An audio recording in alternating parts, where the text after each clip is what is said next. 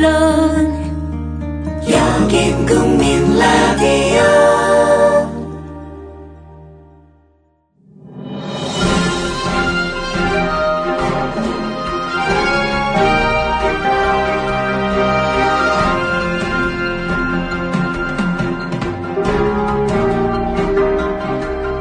김용민의 주간 브리핑. 2015년 4월 20일 월요일 조간 배달하겠습니다. 경아, 오랜만에 경아를 만나서 너무너무 좋군. 저도 좋아요, 선생님. 오늘따라 경아의 얼굴이 유난히 빛이 나는 걸. 마치 밤하늘의 샛별처럼 말이야, 경아. 선생님이야말로 건강한 청년처럼 변하셨어요. 뭐랄까, 그 이전의 무기력한 선생님이 아닌 야성을 다시 찾은 사나이? 처음엔 나도 새싹 땅콩차가 숙취에만 좋은 줄 알았어. 그런데 차를 곁에 두고 마신 지 얼마 후부터 내가 남자였다는 걸 깨닫게 됐지. 어쩐지 오늘따라 활력이 넘친다 했어요, 선생님. 어때, 경아? 뜨거워요.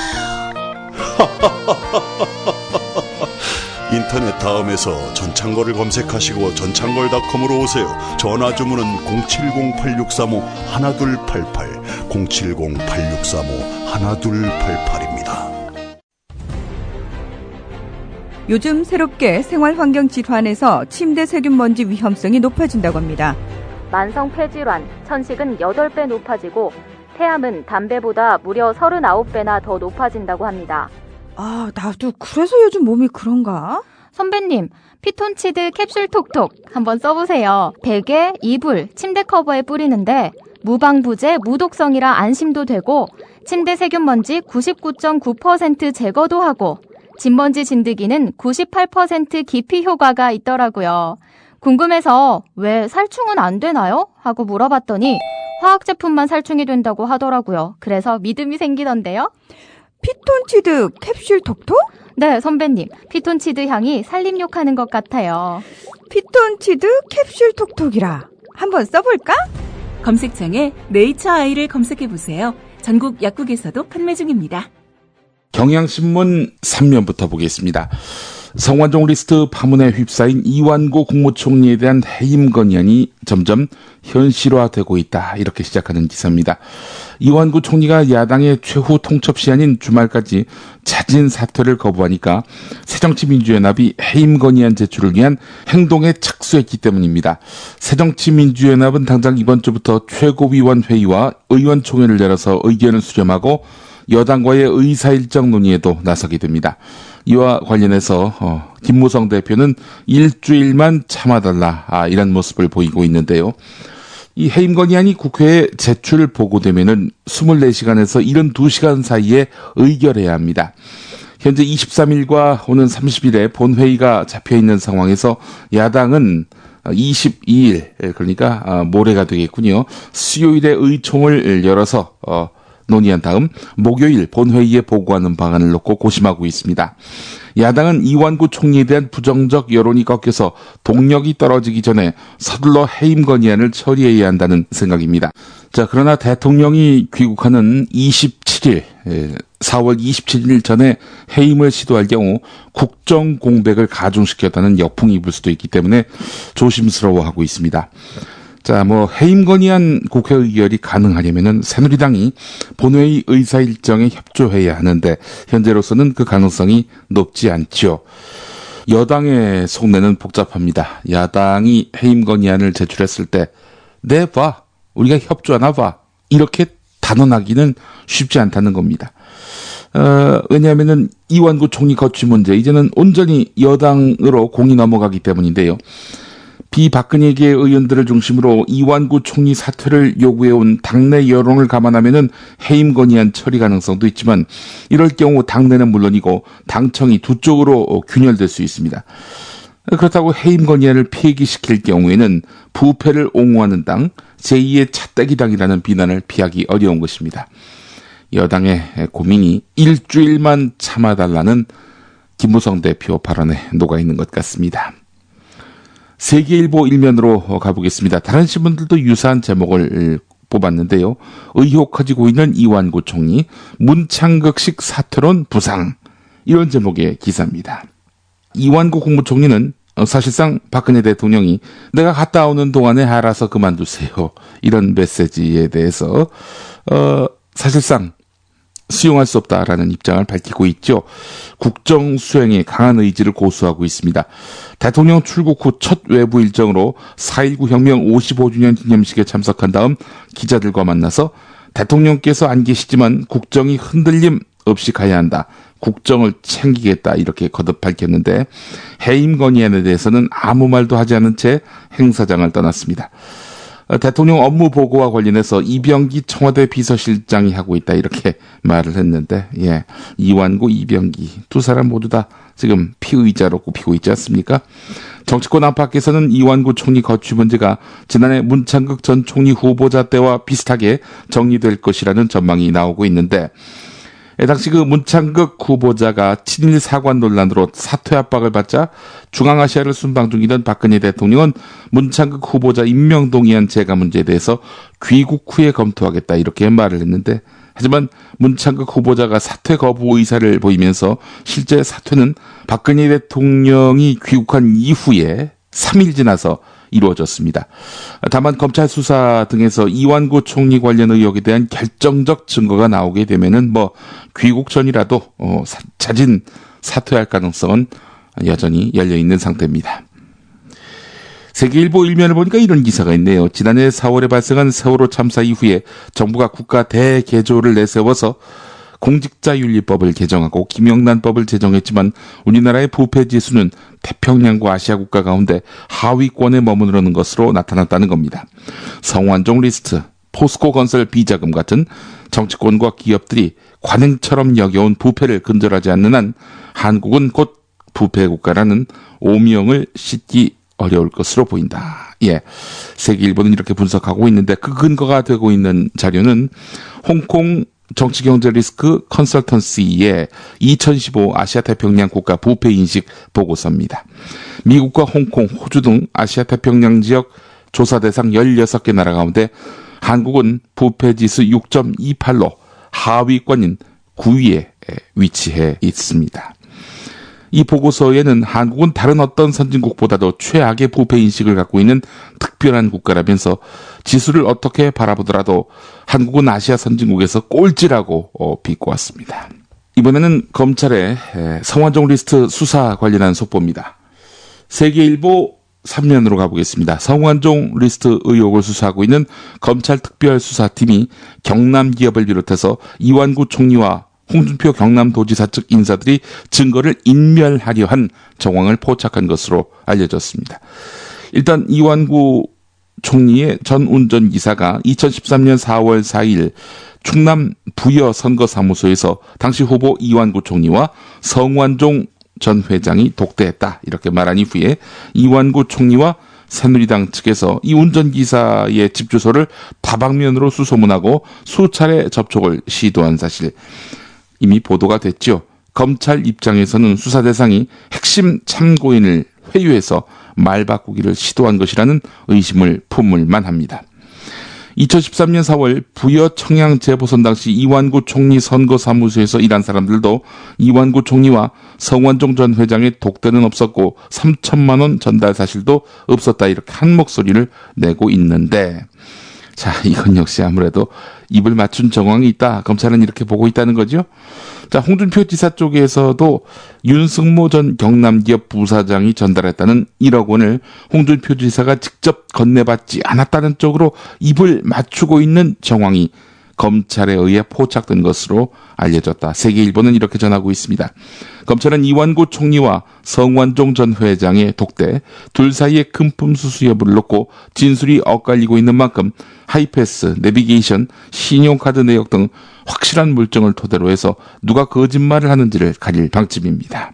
윤승모 전 부사장, 이 사람이 경남기업 부사장이었으면서도 또 성완종 전 회장과 인척 사이인가, 그렇죠?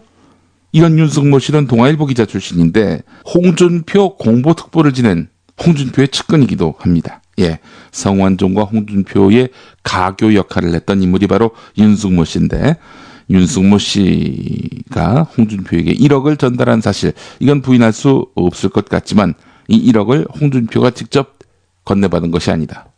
홍준표는 어찌 보면은 배달 사고를 당한 것이다. 뭐 이런 식으로 지금 입을 맞추고 있다는 것이 검찰의 의심의 대상인 것 같습니다. 중앙일보 일면으로 가보겠습니다. 어제 SBS 보도 내용이기도 한데요. 성완종 전 회장과 이완구 총리가 최근 1년 동안 210여 차례 전화를 주고받은 것으로 나타났습니다.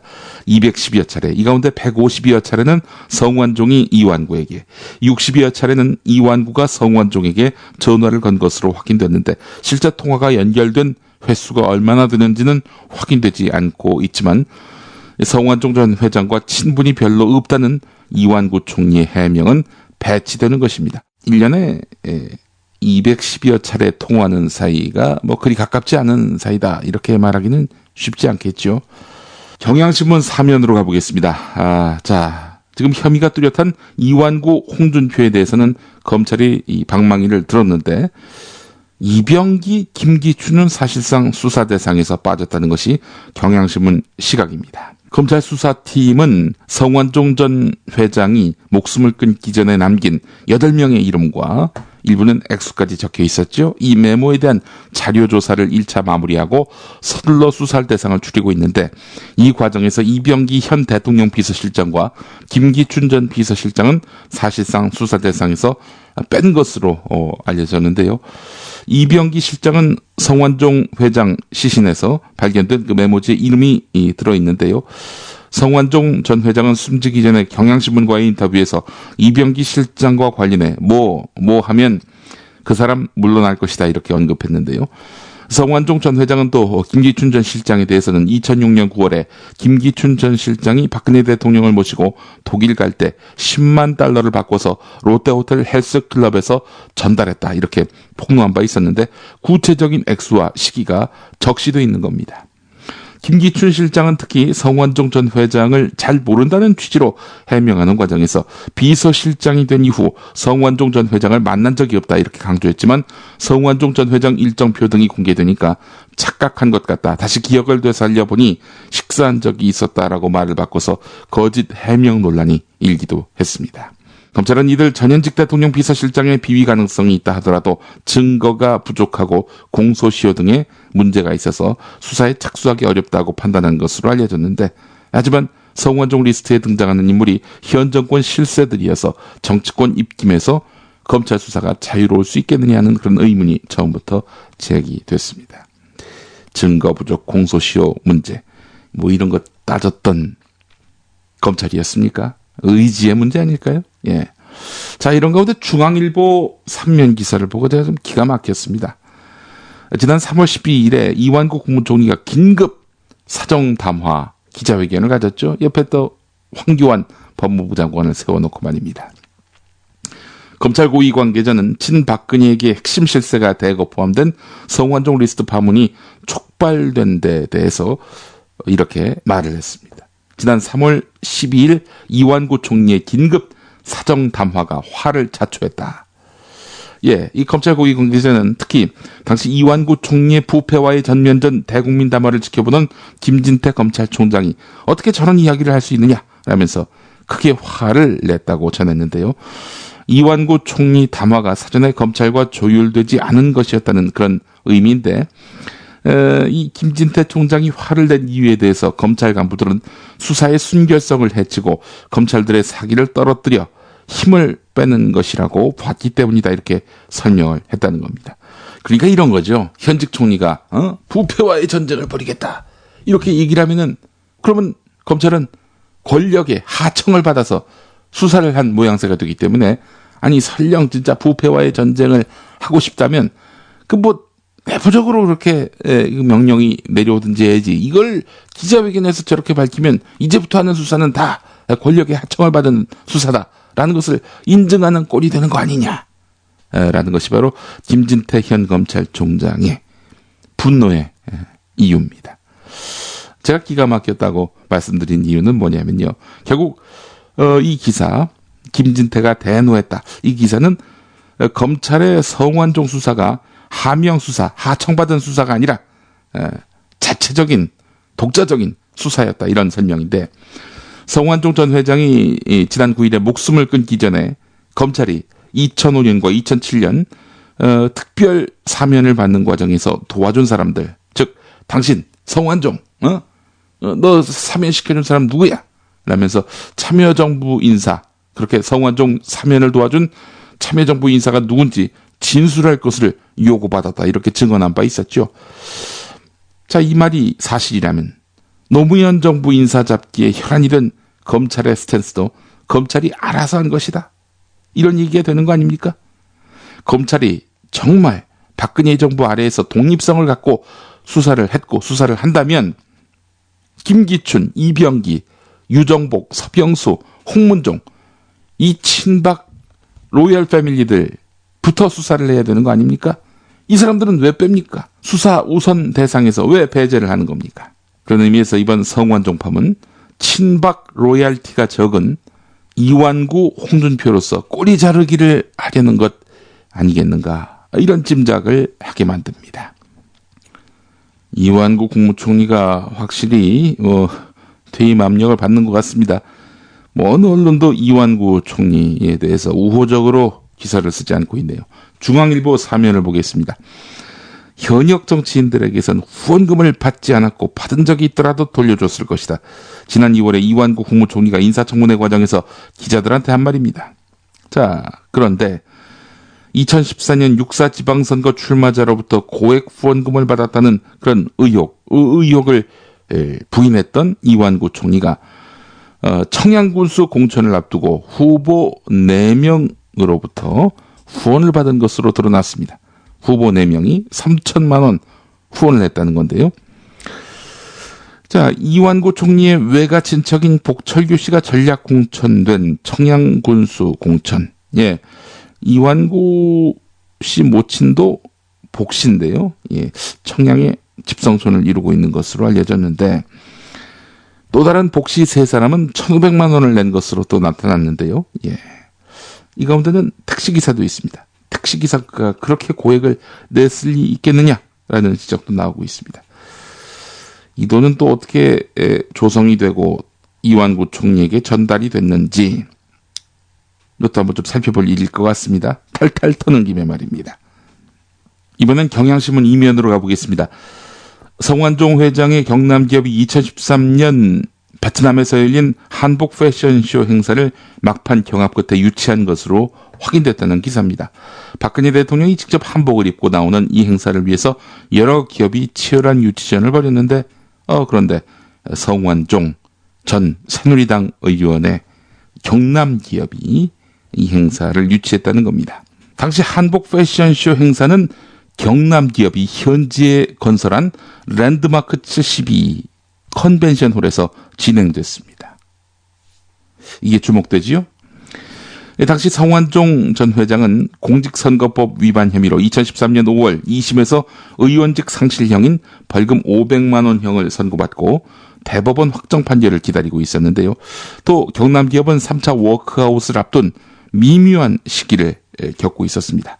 경남기업은 한복 패션쇼 행사 지원을 위해서 장모 대표이사와 성완종 전 회장 장남을 현지에 파견했는데, 이 당시 패션쇼 유치가 어떤 의미가 있느냐?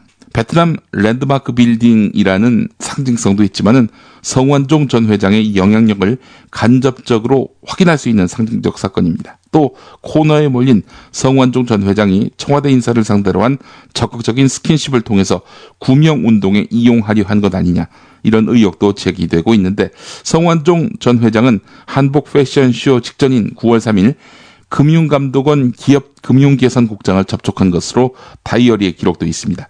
9월 4일과 5일에는 김기춘 비서실장을 만났습니다. 또 패션쇼 직후인 9월 13일에는 채권은행장인 당시 NH 농협금융지주회장 임종용 현 금융위원장이죠. 이 사람과 또 김용환 수출입은행장을 만나기도 했습니다. 자, 어찌된 일일까요? 해외 순방 중에 패션쇼를 벌인 대통령 이야기, 그 가운데 성완종의 그림자가 보였다라는 경향신문 기사에 이어서 동아일보 10면 기사입니다.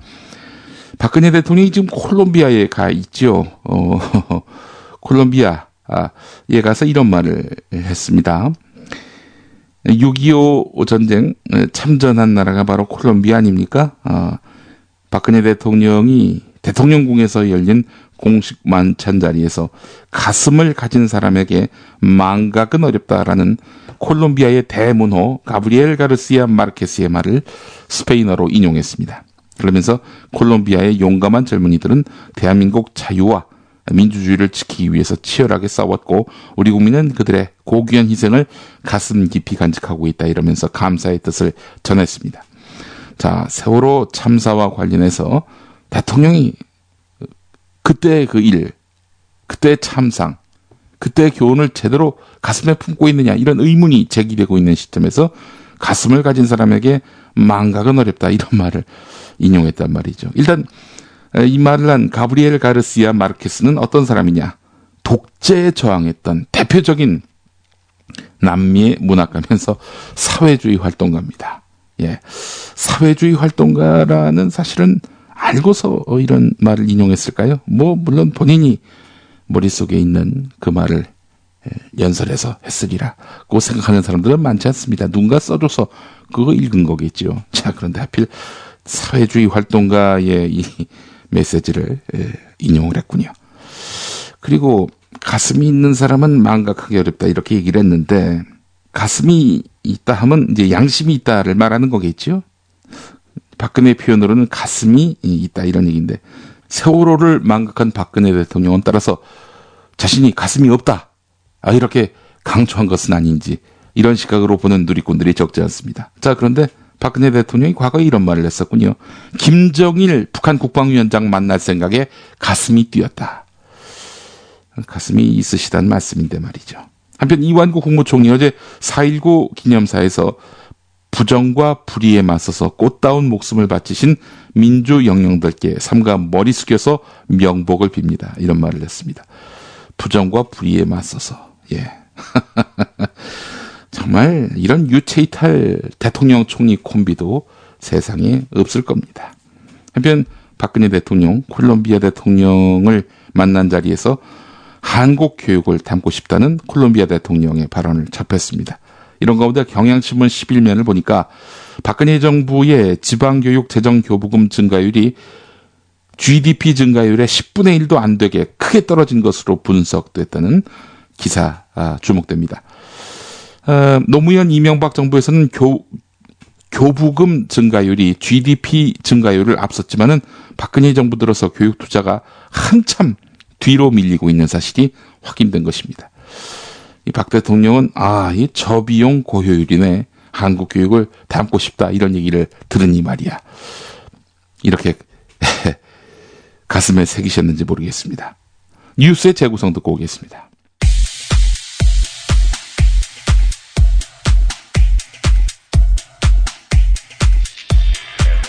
나는 가수다. 나는 꼼수다의 뒤이은 나는 일국의 국무총리다. 이게 무슨 말이냐고요? 들어보시죠. 한나라의 국무총리가 한분의 메모나 진술로 실체적 진실이 밝혀지기 전에 이렇게 한다는 것도 대단히 적절치 않다고 생각을 합니다. 본인의 일방적 진술로 인해서 한나라의 총리가 기정사실된 상태에서 이렇게 하는 것은 적절치 않다고 봅니다. 목적 있는 진술과 목적 있는 그 여러 가지 이 증거 없는 것에 대해서 한나라의 총리가 영향을 받는 것도 문제가 있다고 생각합니다. 저도 말씀대로 한나라의 국무총리입니다. 만약 제가 돈을 받은 증거가 나오면은 제 목숨을 내놓겠습니다. 일국의 국무총리께서 어제 4.19 55주년 기념식에서 기념사를 낭독하셨는데 부정과 불의에 맞서 꽃다운 목숨을 바치신 민주 영령들께 삼가 머리 숙여 명복을 빕니다. 앞으로도 4.19는 민주주의와 정의의 표상으로 우리 대한민국과 국민이 가슴속에 영원히 살아 숨을 것이라고 생각을 합니다. 국민 여러분, 4.19 혁명은 자유롭고 정의로운 나라, 국민이 진정한 주인이 된 나라를 꿈꾸었습니다. 이러한 4.19 위대한 정신은 우리 국민이 피땀 어린 노력으로 이어져 하나하나 꽃을 피우고 열매를 맺기 시작했습니다. 이와 함께 지구촌이 자유와 인권, 평화 보정에 기여하는 나라로 발전했습니다. 이제 우리 자유민주주의를 한층 더 성숙시켜 국가의 품격을 드높이고 세계 속의 당당한 선진사회로 나아가야 합니다. 세월호 1주기 추모 행사에 참여한 수천 명의 시민들에게 물대포가 쏟아집니다. 거센 물줄기를 맞은 시민이 그대로 넘어져 수미터를 밀려갑니다. 경찰과 대치하는 시민 얼굴에 대고 최루액도 뿌려집니다. 차벽 치는 거는 합리적이고 우리가 이렇게 진실을 알겠다고 나와서 이러는 건 불편가요? 불법인가요? 세상에 거기 앉아서 누워있는데 여기 있어서 차벽 못 치게 댓글 듣기 질질질 끌고 나와가지고. 경찰은 유가족 20명을 비롯해 시위에 가담한 시민 100여 명을 사법 처리할 예정입니다. 세월호 국민대책회의를 상대로 파손된 경찰 차량과 장비, 경찰관 부상 등에 대해 민사상 손해배상을 청구할 계획임을 밝혀드립니다. 다시 들어보는 일국의 국무총리의 4.19 기념사. 4.19 혁명은 자유롭고 정의로운 나라, 국민이 진정한 주인이 된 나라를 꿈꾸었습니다. 이러한 4.19 위대한 정신은 우리 국민이 피땀 어린 노력으로 이어져 하나하나 꽃을 피우고 열매를 맺기 시작했습니다. 경찰은 지난 16일 1주기 집회 이후부터 이곳에서 농성 중이던 유가족들을 차벽으로 둘러싸 외부와의 교류를 단절시켜왔습니다. 깔개라든가 뭐 덮을 거 조금씩 들어오는데 그거 다 막았어요. 화장실 가는 것도 다 막고 화장실 갔다 오는 것도 다 제지를 하고.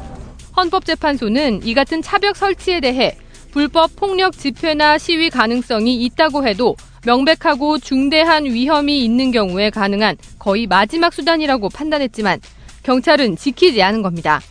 이제 우리 자유민주주의를 한층 더 성숙시켜 국가의 품격을 드높이고 세계 속의 당당한 선진사회로 나아가야 합니다. 국가의 품격을 드높이고 경찰은 국가의 품격을 드높이고 최루액을 섞어서 여러분들에게 최루액을 사용하겠습니다.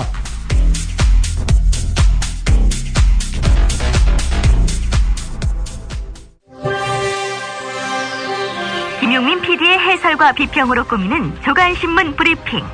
매일 아침 7시 국민라디오와 팟캐스트를 통해 배달됩니다.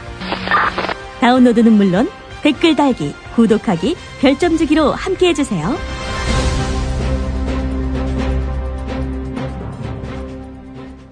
서울신문 일면을 보면요. 새누리당과 정부 청와대가 세월호 유족들의 요구를 반영해서 특별조사위원회에 파견하는 공무원 규모를 축소하기로 확정했다는 그런 내용이 있습니다. 유가족 뜻을 반영한다 이런 이야기인데요. 선체 인양에 대한 기술 검토를 신속하게 마무리해서 이번 주 안에 결정하겠다라는 입장도 밝혔습니다. 서울신문 일면에 작게 2단으로 처리된 기사입니다. 오늘 조선일보 일면 보니까 태극기 불태운 시위대 이런 제목의 박스 기사가 있습니다. 세월호 집회가 폭력 시위로 번졌다. 일부 참가자들의 과격 행동 두드러졌는데 경찰 버스를 부수고 경찰을 폭행했다. 이렇게 소제목이 다루고 있습니다. 이걸로 끝날 조선일보가 아니죠. 신면에서는 선 넘은 세월호 집회, 경찰차 71대 파손, 100명 연행, 좌파 단체 등 800여 곳이 참여한 세월호 국민대책회의가 범국민대회 행사 주도. 어둠이 내리자 시위가 과격해졌다. 경찰 올해 첫 물대포를 동원했는데 시위대는 경찰이 평화행진을 막았다라고 주장하고 있다. 도심이 마비됐고 시민들 큰 불편을 겪었는데 광화문 코앞에서 시위. 이는 문화재 훼손 우려도 자아낸다. 이런 겁니다. 코리아나 호텔 영업이 너무나 걱정이 되셨던 모양이죠. 마지막은 제가 그렇게 읽혀졌습니다. 조선일보가 이렇게 나올 줄 알았습니다. 기본적으로 충돌했다는 양대축하면은 바로 경찰과 시위대 아닙니까? 이 가운데 경찰은 통제 가능한 집단입니다. 이렇게 대응하라 하면 하고 저렇게 대응하라 하면 또 저렇게 대응하고 그럴 수 있습니다. 그러나 시위대는 그날 그 자리에 모인 사람들이지 누가 누군지 모릅니다. 만약 정권 비판 시위가 불편한 모처에서 동아일보 계열 종편 채널A의 촬영감으로 조선일보 일면 머릿기사감으로 연출하고 싶은 사람을 앞세워서 이를테면 태극기를 불태웠다든지 할 수도 있는 거 아닙니까? 세월호 국민대책회의가 야, 너 불태워라 태극기 이랬다는 겁니까? 통제가 불가능한 거죠, 시위대는. 물론 태극기를 불태운 그 청년이 누구에게 사주를 받았다라고 말씀드리는 건 아닙니다. 누군지 모르니까 그럴 가능성도 있는 거 아니냐라는 얘기고요. 또 이 젊은이가 치기 어린 마음에 주목받고 싶어서 그런 건진 뭐 우리가 알 도리가 없습니다. 따라서 건강한 언론이라면 전체 시위 참석자가 태극기 불태우기에 동조하는 심정이었느냐 이것까지 따져봤어야 했을 텐데 조선일보는 그렇지 않습니다. 모두가 폭력이나 일삼는 무도한 집단이다라는 식의 매도만 있을 뿐입니다. 경찰은 경찰버스가 어마어마하게 파손됐다라는 점을 강조하면서 적극적인 사법적 대응을 공언한 바 있죠. 이와 관련해서 로이터 통신 한국 특파원 제임스 피어슨 기자는 자신의 트위터를 통해서 만일 다른 나라에서 시위대를 가두려고 경찰버스를 이용했다가는 박살났을 것이다. 이렇게 밝히기도 했습니다. 한편 한겨레는 오늘 오면에서 이런 대응은 최근 박근혜 대통령과 새누리당이 세월호 선체 인양과 세월호 특별법 시행령 수정 과정에서 유화적인 태도를 보였던 것에 견주어 볼 때 매우 이례적이다. 더구나 세월호 참사 첫 주기 이 추모 행사였다는 특수성을 고려할 때 경찰이 왜 이토록 강경하게 나섰을까라는 비판과 의문이 커지고 있다. 추모 행사 참가자들의 폭력성을 부각시켜서 세월호 유가족을 고립시키려는 의도라는 분석도 나왔는데 서복경 서강대 선임연구위원은 유가족과 행사 참가자들의 폭력성을 부각하고 자극적인 장면을 노출시켜서 세월호 참사의 동정적인 여론으로부터 유가족과 행사 참가자들을 갈라치게 하려는 의도라고 짚었는데 유가족이나 행사 참가자들도 너무 나갔다는 여론을 조성하려는 정부의 바람, 정부의 희망이 개입됐다는 그런 이야기입니다. 게다가 또 공무원 연금 개혁과 노동시장 구조 개편 같은 거세질 노동계의 춘투에 대비해서 미리 엄단 의지를 보이려는 의도도 깔린 것으로 보이는데 예나 지금이나 방법은 똑같군요. 뭐 업그레이드 되는 게 없어요. 이런 의도까지 다 읽혀지는 오늘입니다. 네, 끝으로 날씨입니다. 절기상 고구이자 월요일인 오늘 전국이 대체로 흐리고 비가 내릴 것으로 보입니다. 낮 최고 기온은 11도에서 18도로 오늘과 비슷하거나 조금 낮을 것으로 예보됐습니다. 한 주간 활력 있게 시작하십시오. 조간브리핑 오늘 순서 마치겠습니다.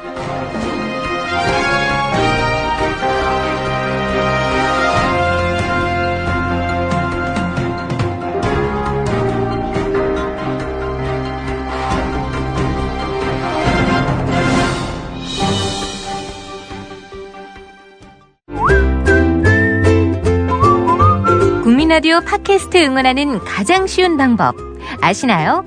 다운로드하기, 별점 주기, 댓글 달기, 구독하기. 국민라디오 팟캐스트 널리 알리는 가장 쉬운 방법 다운로드하기, 별점 주기, 댓글 달기, 구독하기. 기억하세요. 다운로드하기, 별점 주기, 댓글 달기, 구독하기.